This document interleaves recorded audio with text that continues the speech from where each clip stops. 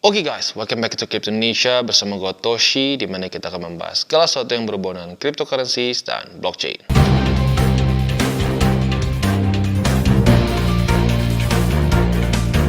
Oke, dan pada hari ini kita akan ngomongin mengenai play to earn. Buat lo yang sudah ada sejak di cycle kemarin, play to earn adalah satu buzzword yang cukup kuat ya di masanya. Karena ya bisa dibilang giant seperti seperti X Infinity, The Sandbox, Decentraland itu dulu merajalela di masa-masanya ya. Nah, kalau lo tahu ya dulu X Infinity itu sangat nge-boom di Indonesia sampai artis-artis semua pada main ya.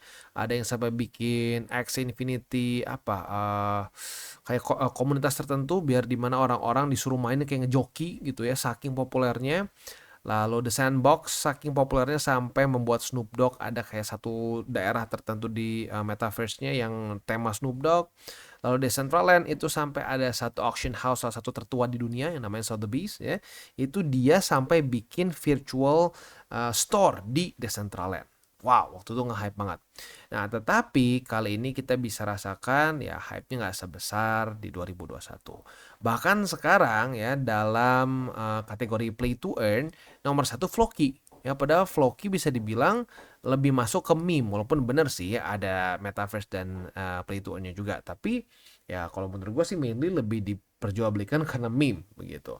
Nah, pertanyaannya apakah play to earn ini masih punya potensi atau tidak? Nah, kalau gue pribadi sih gini aja ya. Ingat-ingat kapan dulu play to earn nge-hype banget.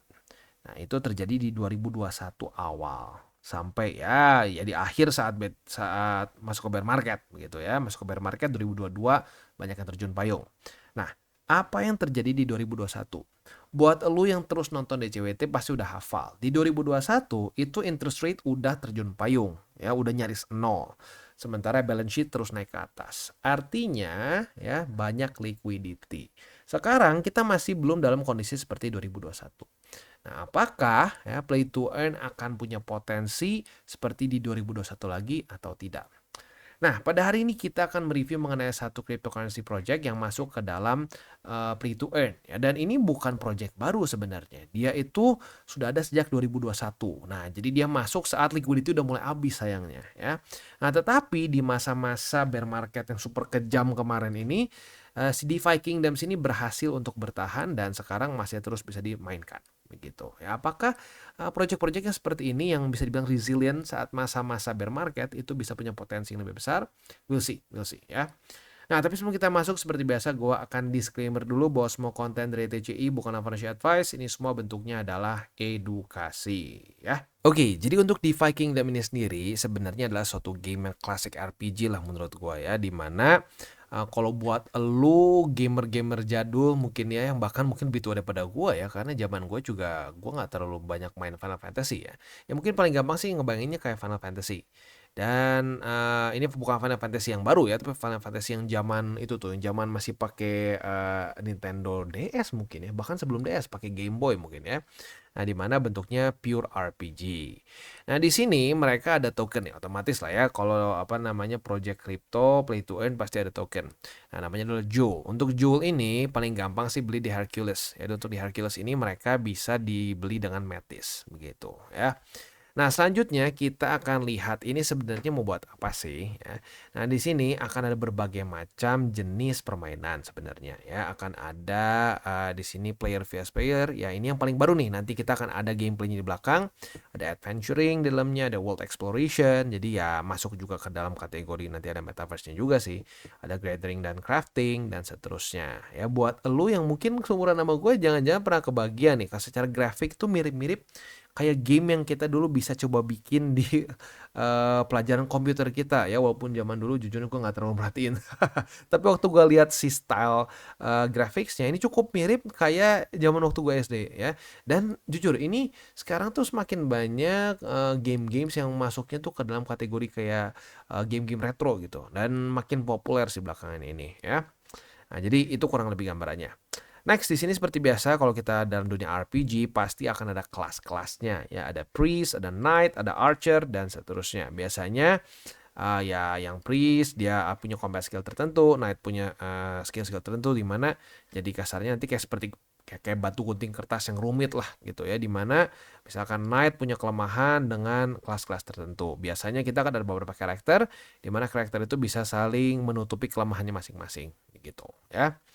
Nah, selanjutnya di sini akan ada beberapa elemen juga seperti biasa ya, karena ya kalau di RPG biasanya suka seperti itu, ada air, ada api, ada cahaya di sini, ada lightning dan seterusnya begitu. Nah, untuk adventuring ini ya balik lagi seperti yang gua ini ya, bentuknya tuh seperti kita main Final Fantasy yang zaman dulu begitu. Jadi kita nyerang bergantian dan ada HP dan seterusnya begitu ya. Dan juga di sini sebenarnya ada beberapa kayak kingdom gitu ya, di mana nggak cuma satu tempat ya. Nah, yang paling baru itu nanti kita akan mainkan. Jadi sebelumnya udah ada Serendale di sini. Nah, Serendale ini adalah a nostalgic fantasy realm, di mana di sini kita ada capital city-nya, kita bisa muter-muter di dalamnya ya. Lalu juga di sini ada Crystal Valley ya. Nah, di mana di sini bentuknya lebih kayak ke ini, nggak tahu kenapa kerasa vibe-nya kayak sedikit terinspirasi dari GOT di ini ya. Stark tuh di mana Stark ya? Gue lupa. Ya itulah pokoknya ya di yang keluarga Stark itu, di mana semuanya bentuknya tuh kayak very snowy gitulah ya. Oke, kurang lebih sih seperti itu gambarannya. Lalu ya biasanya nanti di dalamnya kan ada crafting juga, kita bisa craft item-item tertentu, nanti otomatis itemnya juga bisa kita jual, dan ya begitulah ya, seperti RPG in general, begitu ya. Nah, selanjutnya untuk di Viking Kingdoms sendiri, mereka sudah ada Twitter otomatis ya, karena mereka project yang sebenarnya dulu main lama juga. Dan kalau kita lihat di sini, dia itu sejak 2021, jadi dia ya biasanya gitu sih ya, dia mulai projectnya langsung bikin Twitternya juga. Nah, di sini mereka sudah 114.000 followers, jadi ya dibilang kecil sih enggak ya, ini udah lumayan lama sebenarnya gamenya. Dan untuk si mereka sendiri yang paling baru itu udah ada PvP. Untuk PvP-nya ini nanti lu bisa lihat di bagian belakang lah gitu ya, karena sudah dari tanggal 2 Oktober sudah mulai live begitu ya. Itu kurang lebih gambarannya. Dan untuk news-news terbaru dari DeFi Kingdom yang paling gampang sih langsung aja cari di Twitter mereka begitu, karena di sini ya memang itu ya, semua cryptocurrency project memang paling aktif tuh kalau nggak di Twitter ya Telegram begitu. Itu memang udah kayak dua sosmed pilihan. Nah, walaupun Telegram nggak tahu nih, ada yang argue si Telegram ini masih belum benar full fledged social media, masih lebih ke messenger, tapi ya udah mulai mendekati juga ke sosmed. Tapi kalau menurut gua sih masih lebih ya, kalau at least cara pakai gua ya masih kerasanya kayak pakai messenger sih begitu. Tapi ya apapun itulah, intinya di dua platform itu yang paling banyak untuk urusan kripto, karena ya kecenderungan untuk Telegram yang bisa dibilang very menghormati privasi kita. Saking menghormati privasi kitanya sampai CEO-nya ditangkap di Prancis ya, karena dianggap terlalu nggak mau ngasih data dari para usernya ya. Kalau yang lain-lain kan ya mau kerjasama ya. Kalau Telegram nggak, katanya dia mau menjaga privacy begitu katanya ya. Oke, itu kurang lebih lah ya untuk si DeFi Indonesia sendiri. Untuk Reddit-nya ya, walaupun di Indo nggak terlalu banyak yang pakai Reddit ya, tapi kalau lo pakai Reddit ya monggo bisa silahkan lihat. Dan untuk belinya nih ya, untuk beli si tokennya itu ya, si Jewels-nya ini kita bisa lakukan di Hercules ya. Jadi lu tinggal pastikan punya Metis ya. Untuk Metisnya otomatis bisa lu kirim ke MetaMask, lo konekin di MetaMask, si MetaMask lo konekin ke Hercules-nya, udah gitu lu bisa beli Metis. Nah, setelah lu beli Metis, nanti bisa langsung kita main di si gamenya. Gitu. Jadi buat lo yang tertarik ya silakan bisa beli si Jewel-nya dengan lu swap pakai Metis di Hercules begitu ya. Itu kurang lebih yang harus kita lakukan. Next kita akan masuk ke bagian si gamenya ya. Otomatis nanti saat kita udah masuk ke bagian si gamenya, kita udah ada Joel begitu. Nah, setelah sudah berhasil beli, Joelnya akan keluar di kiri atas. Kita klik Docs dan kita klik lagi onboarding di sini ya. Nah, setelah kita klik di sini ada pilihan beberapa untuk kita beli Metisnya dan beli si Joelnya juga. Bisa lewat Hercules, OKX, Binance dan lain-lain. Tapi kalau lebih gampang bisa lewat Hercules karena sudah langsung DEX, jadi bisa langsung di swap. Nah, setelah itu kita klik Barkeep dan kita klik Buy Heroes. Oke, nah sekarang kita klik Price di sini ya, untuk cara paling gampang nyari si heroes-nya. Kita klik Price dan nanti pilih Descending ya. Nah, kita bisa cari di sini berbagai macam jenis ya. Kalau paling gampang sih kita cek ke belakang-belakang aja, karena yang di depan ya otomatis secara price-nya sesuai dengan yang kita bikin filternya tadi ya. Nah, di sini ada beberapa jenis karakter, ada berbagai macam harga juga, ada yang sampai ratusan, ada yang 27 dan seterusnya ya. Nah, untuk contoh hari ini kita coba cek yang mana ya? Coba kita lihat dulu. Ini mungkin ini deh ya, yang 11 ini. Nah, kita bisa ini ada level 10, gen 5. Nah, kita tinggal klik aja nanti by hero. Udah gitu kita klik approve, ya, kita klik approve. Dan ya udah kita beresin aja. Ya pastikan punya metisnya, karena kalau nggak ada metisnya ya kita nggak bisa. Itu perlu untuk GSV ya. Oke. Itu kurang lebih kita tinggal tunggu udah approve. Nah, selanjutnya kita masuk registry, udah gitu kita ini sini basically tempat kita untuk melakukan staking ya. Jadi hero kita di sini bentuknya NFT dan bisa di stakingkan. Nah, di sini kita nanti ke bagian recruiter ya. Kita klik nanti di bagian recruiternya. Udah gitu nanti di sini ada manage recruits. Kita klik manage recruitsnya. And then kita bisa pledge hero. Nah, pledging hero ini sekali lagi cara kerjanya seperti kita staking, tapi bentuknya staking yang mungkin di lock ya karena ada time limitnya begitu ya. Nah, setelah itu ya tinggal kita klik aja si pledge hero-nya ya. Kita bagian pledge hero-nya kita klik. Nah, udah gitu kita tinggal pilih hero yang mana yang mau kita pakai. Nah, di sini ada beberapa. Ini lagi dipakai fight berarti nggak bisa. Yang mana nih yang mau kita coba ya? Nah, di sini ada 3 jenis sih ya. Ya, ini juga tergantung kita bisa lihat berapa hari itu. Ada yang 30 dan bisa max ya. Nah, kita coba select hero yang ini. Udah gitu kita tinggal pilih nih. Kita pilih mau berapa lama dan kita bisa juga di sini kita dapat berapa influence score-nya, dapat fee-nya dan seterusnya. Nah, di sini juga kita bisa klik max ya. Untuk max ini berarti durasi paling lama begitu ya.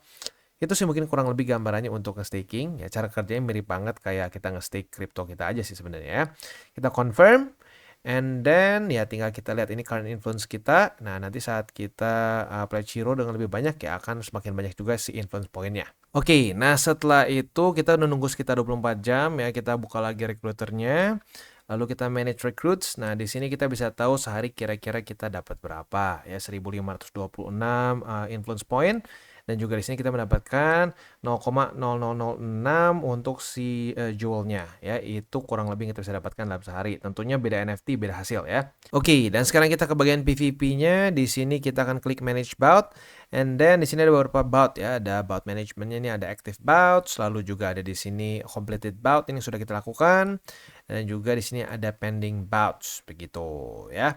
Nah, tapi kalau lebih gampang sih nanti kita ada satu caranya dengan kita klik registration, find open bout. Nah, di sini tinggal kita klik and then bisa langsung masuk ke gamenya. Next, kita udah masuk ke gamenya. Untuk kita bisa di sini gamenya sendiri sebenarnya bisa berjalan secara otomatis. Walaupun kalau kita mau bikin manual juga boleh, tapi ya ujung-ujungnya orang lebih banyak juga otomatis sih ya. Jadi overall sih seperti itu, tinggal kita tunggu hasilnya. Ujung-ujungnya sih lebih ke siapa yang punya NFT yang lebih kuat yang akan menang sih. At the end of the day seperti itu ya. Jadi kurang lebih seperti itu untuk si gamenya atau PVP-nya. Dan bagi kalian yang belum mengikuti DCWT atau Daily Charting with Toshi, bisa klik di sini, di mana kita akan daily chart your favorite cryptocurrencies. Dan buat lo yang masih bingung cara baca TA, chart, dan hal-hal lain, bisa juga kita klik di sini tutorials with Toshi. Ya. Dan buat lo yang belum memiliki akun ya, di berbagai macam cryptocurrency exchange, bisa klik di bawah ada link kita, lo bisa pilih sendiri. Ya. Lalu selanjutnya jangan lupa juga untuk join Telegram group kita, di mana kita bisa ngobrol-ngobrol santai mengenai dunia cryptocurrency secara 2 arah. So, jangan lupa untuk like, subscribe, click the bell icon, and see you on the next video.